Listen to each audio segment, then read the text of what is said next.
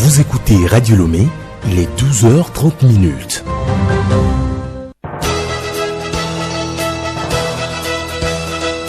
Le journal Hélène Assabi. Deuxième jour du mois d'octobre, auditeurs, merci de nous suivre dans ce journal. Au sommaire, les acteurs urbains appelés à réfléchir aux moyens de préparer les villes à la reprise après les bouleversements économiques liés à la Covid-19. C'est dans le cadre de la Journée mondiale de l'habitat observée ce 2 octobre.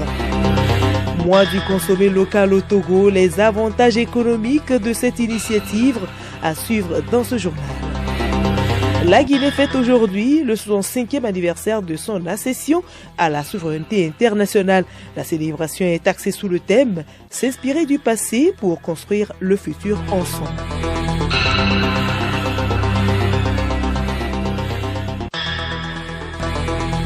radiolomé.tg. Octobre, mois consacré à la consommation des produits locaux au Togo. La consommation des produits agricoles, animaux, végétaux et industriels est à encourager. Dans ce second numéro, Nabarana Faranoudar évoque les avantages économiques du consommé local au Togo. En soutenant les producteurs locaux, les communautés peuvent créer une économie plus stable et résiliente. Lorsque les gens achètent localement, l'argent reste dans la communauté, aidant à maintenir les infrastructures locales telles que les écoles, les hôpitaux et les routes. Le consommé local encourage la diversification économique en soutenant une variété de secteurs tels que l'agriculture, l'artisanat, la cuisine locale et bien d'autres. Cela crée un tissu économique varié et solide. Les producteurs locaux ont tendance à utiliser des méthodes agricoles plus durables.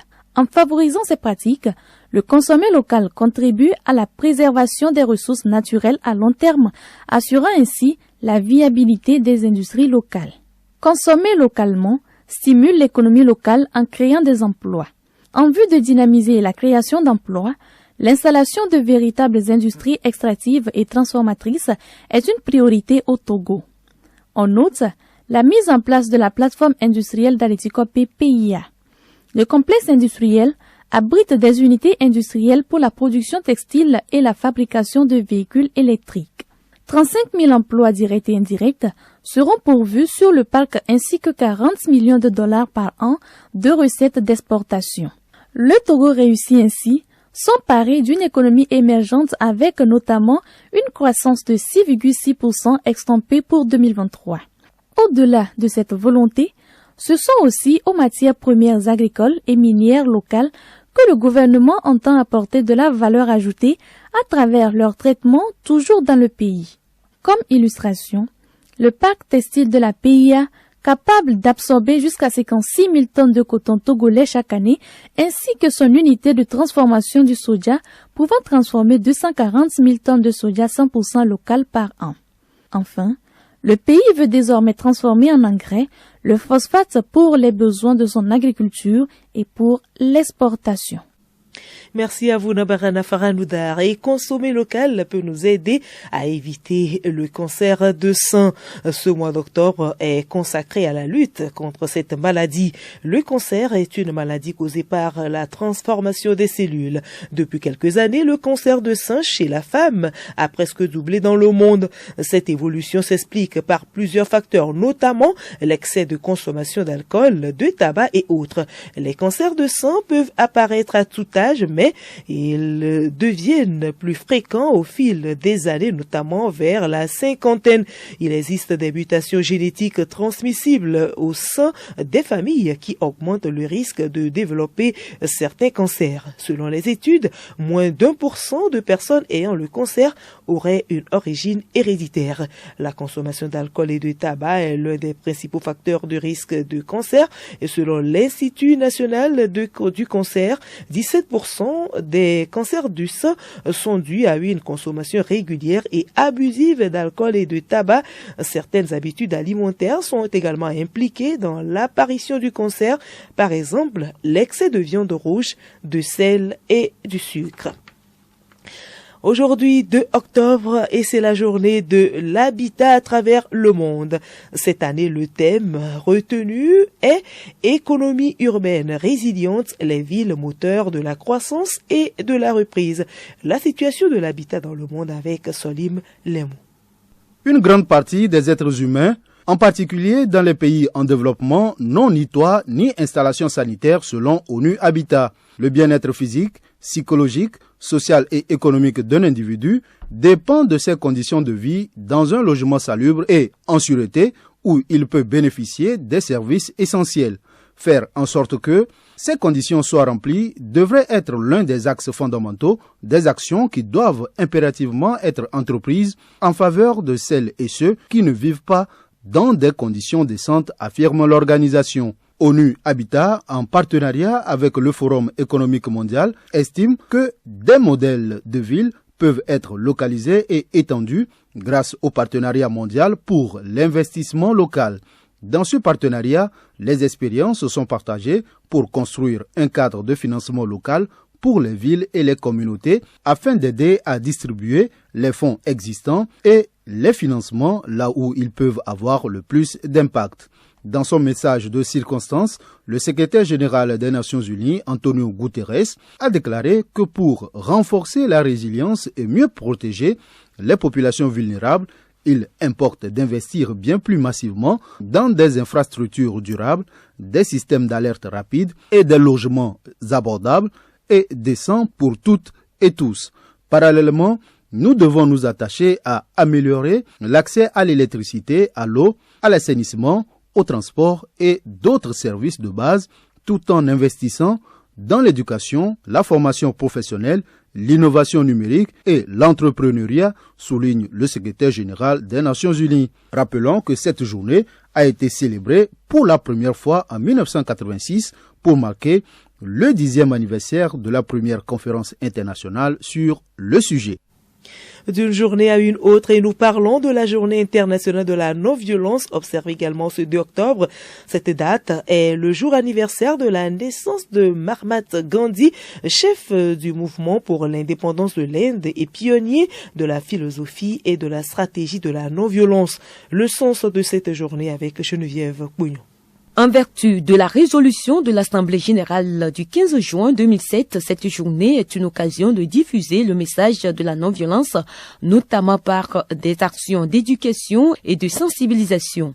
La résolution réaffirme la pertinence universelle du principe de non-violence et souhaite favoriser une culture de paix, de tolérance, de compréhension et de non-violence. Au nom de ses 140 co-auteurs, le ministre des Affaires étrangères indien, Anand Sharma, a déclaré que le grand nombre et la diversité des co-auteurs du projet de résolution témoignent du respect universel que Mahatma Gandhi inspire et de la pertinence immuable de sa philosophie humaine. Citant les propos de Gandhi, il a ajouté que la non-violence est la plus grande force que l'humanité ait à sa portée. Elle est plus puissante que l'arme la plus destructive inventée par l'ingéniosité de l'homme. Alors Geneviève, que peut-on comprendre par la non-violence ? Le principe de la non-violence, connu également sous l'appellation de résistance non-violente, rejette le recours à la violence physique en vue de provoquer des changements sociaux ou politiques. Souvent décrite comme la politique des gens ordinaires, cette forme de lutte sociale a été adoptée par des populations entières partout dans le monde dans le cadre de campagnes en faveur de la justice sociale. L'action non-violente est une technique grâce à laquelle ceux qui rejettent la passivité et la soumission et qui considèrent que la lutte est essentielle peuvent livrer leur combat sans recourir à la violence. L'action non violente ne cherche pas à éviter ou à ignorer les conflits. C'est une façon de répondre à la question de savoir comment mener une action politique efficace et de savoir en particularité comment utiliser ses pouvoirs avec efficacité. Bien que le terme de non-violence soit souvent utilisé comme un synonyme de pacifisme depuis la moitié du XXe siècle, ce terme a été adopté par de nombreux mouvements luttant pour des changements sociaux, mais qui ne concentrent pas leur activité sur l'opposition à la guerre. Merci à vous Geneviève Pognon. Il est désormais possible de rallier directement Lomé à Nairobi, la capitale kenyane. Cette facilité est offerte par la compagnie aérienne Askai. Le vol inaugural au départ de Lomé a été effectué hier à Lomé. Florent Abi.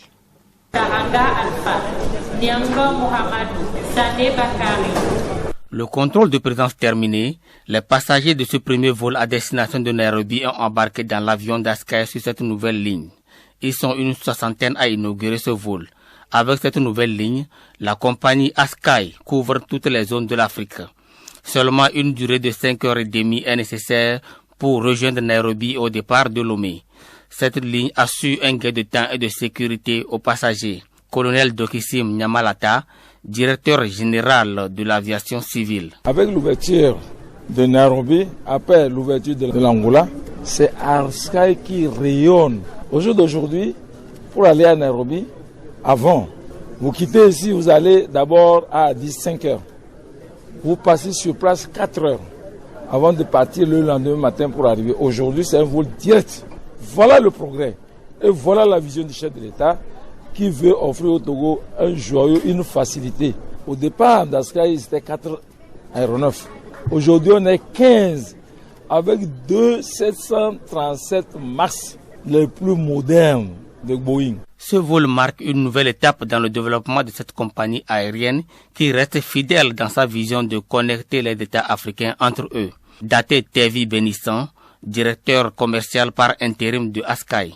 C'est une nouvelle étape dans le développement de Askai qui reste fidèle à sa vision et à sa mission de développer le tourisme, le commerce. À l'endroit des voyageurs, c'est toujours de faire confiance à Askai parce que nous prenons en compte leurs besoins, leurs désirs. Nous savons qu'il est très essentiel pour eux d'être connectés au reste du monde, de voyager avec une ponctualité qui ne dit pas son nom, d'avoir un service agréable à bord.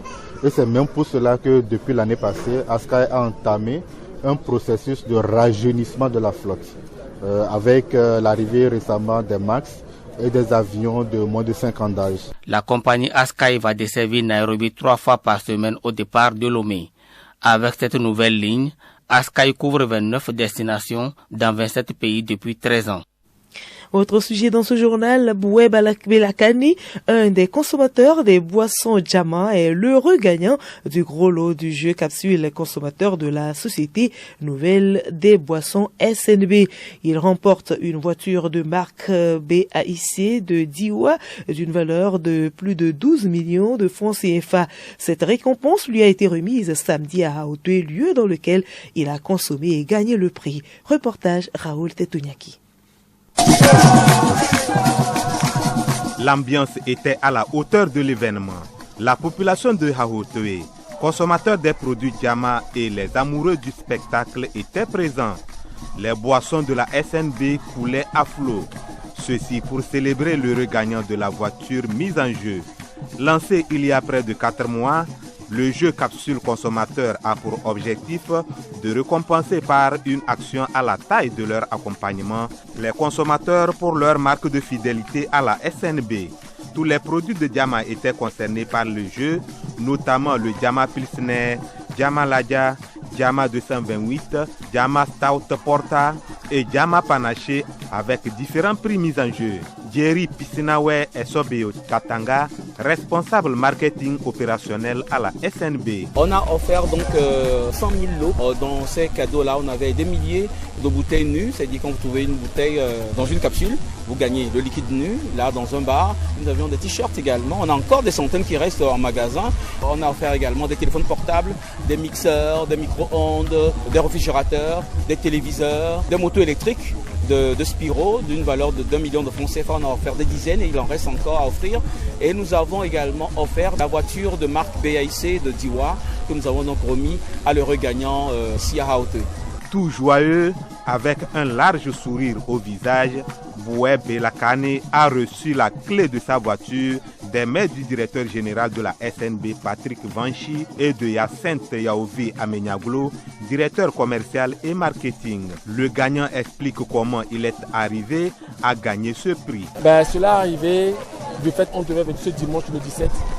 juste pour faire venir les enfants aussi, pour découvrir ici. Mais dans cette histoire de pénurie de carburant, à un moment, les enfants, ils en avaient marre, ils étaient fatigués, ils n'avaient pas mangé parce qu'on a quitté autour de 11h. Et on s'est dit, on va garer ici pour se rafraîchir un peu, trouver quelque chose pour les enfants à manger. Et c'est comme ça que la chance m'est venue. À ma 3e bière, j'ai ouvert la voiture et puis j'ai trouvé cette belle voiture qu'on m'a remis aujourd'hui. Je suis vraiment très heureux. Je ne saurais vous expliquer. Ça n'a pas de mots en fait. Plusieurs activités marketing sont prévues au cours de ce dernier trimestre de l'année dans l'optique de maintenir ce lien émotionnel avec les consommateurs.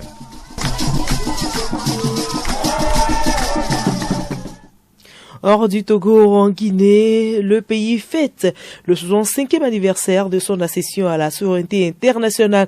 À cette occasion, le président de la transition, le colonel Mamadi Doumbouya, a réaffirmé les priorités pour un pays qu'il dirige depuis un coup d'État en septembre 2021. Dans son message à la nation, le chef de l'État guinéen a dévoilé le thème retenu pour la célébration qui est « S'inspirer du passé pour construire le futur ensemble ».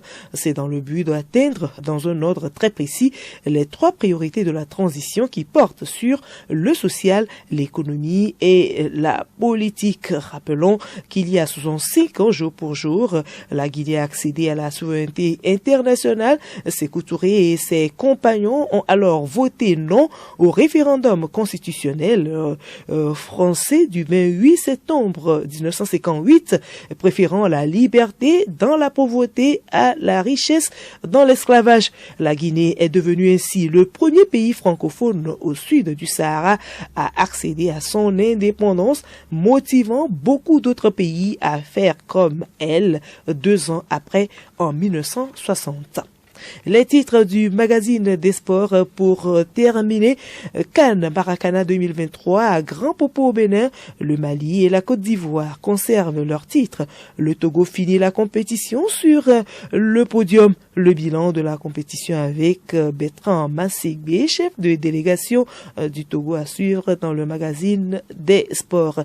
La Ligue européenne des champions est au programme cette semaine. À suivre dans le magazine les affiches de la 2e journée des phases de poule. Et puis athlétisme, le Kenya réalise le quintuplé à la 89e édition de Mora Fribourg. Elvis Chibor chez les hommes et Lydia Korir était en attraction.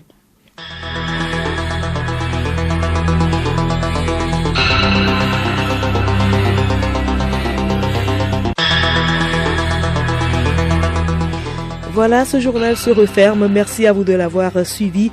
Le rappel des titres. Les acteurs urbains appelés à réfléchir aux moyens de préparer les villes à la reprise après les bouleversements économiques liés à la Covid-19. C'est dans le cadre de la Journée mondiale de l'habitat observée ce 2 octobre. Mois du consommé local au Togo. Dans ce journal, vous avez suivi les avantages économiques de cette initiative. Et puis la Guinée fête aujourd'hui le 65e anniversaire de son accession à la souveraineté internationale. La célébration est axée sous le thème « S'inspirer du passé pour construire le futur ensemble ».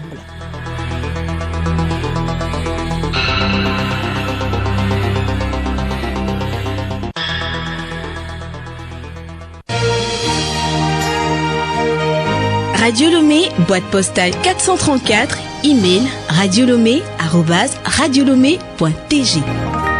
radiolomé.tg